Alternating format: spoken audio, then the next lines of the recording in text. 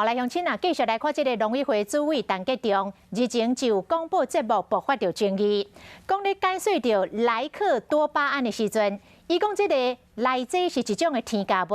伊来比如讲，都亲像是人平常时啊食三顿，但是会食一寡保健食品，讲某一个程度就是饲料的添加物，结果引发着反对党的批评，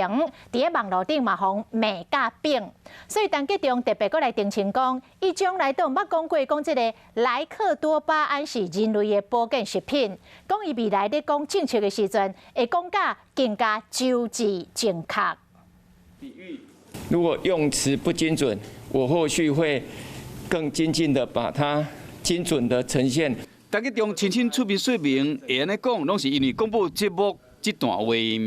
莱克多巴胺就是一个很简单的一个产品哦，你要添加一些添加物，就好比是人，我们平常吃3餐，可是你会吃一些保健食品。反莱猪的大将，现在变成护莱猪的大将军了，我们实在看不下去应该要下台了。做官做到这样子，真的让人觉得